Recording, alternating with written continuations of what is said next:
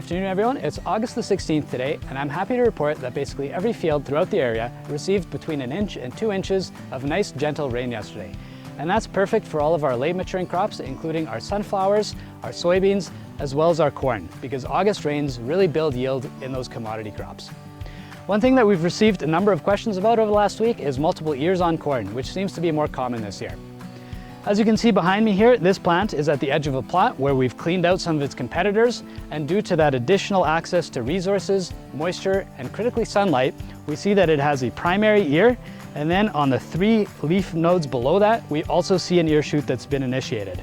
Technically, there could be an ear at each of these leaf nodes. However, in Manitoba, we crowd our crops to get the most yield potential out of an acre, and we also have a shorter growing season, so we rarely see multiple ears that reach full physiological maturity. This particular field is actually planted at 36,000 plants an acre, so it's not that there's not enough competition, but it's got a great fertility package. We've had enough moisture here, and potentially also the fact that the crop is shorter with a little bit less leaf matter, that there's more sunlight getting down into these ear shoots, and that's helping to drive along their development. In a lot of the plants here, we're seeing that there's 2 almost fully pollinated ears, but these plants will still fill that primary ear first. At that point, if there's still growing season, as well as nutrients, moisture, and good plant health, it will continue to fill additional ears. One thing to note here is that closer to harvest time, those secondary ears will be higher in moisture, so you might have to leave it standing out a bit longer or spend a little bit more time in the dryer to make sure that all of that grain is consistently dry. However, again, those additional ears can increase the yield potential of those individual plants, so it's not a bad thing to see. So I've moved over to a field of P006 A37X soybeans just south of Grunthal, and this field has been very dry for a couple of weeks now. We can see that in parts of the field that have coarser soil texture that we are seeing some drought damage. So we're seeing that there's some premature yellowing on these leaves, and in some cases they've actually fallen off. So these plants really aren't adding additional yield potential at this point. They're really just filling out the pods that they can between now and harvest time. On the flip side, the part of the field that I'm standing in right now is still green from the very top of the plant to the very bottom.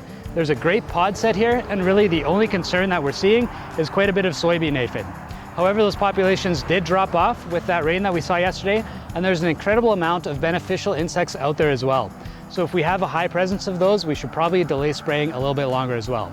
So we haven't seen any fields that need to be sprayed, but it could potentially happen, especially if we get some more heat and dry weather moving forward.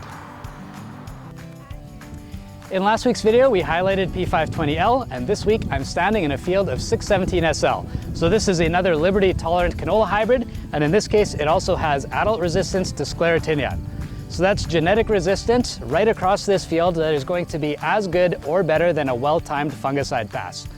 So Corteva's R&D program is filled with new hybrids, and we're excited to see how these do on the way wagon this year. And moving forward a couple of years, we expect to see some straight cut sclerotinia tolerant varieties as well. So there's great things happening.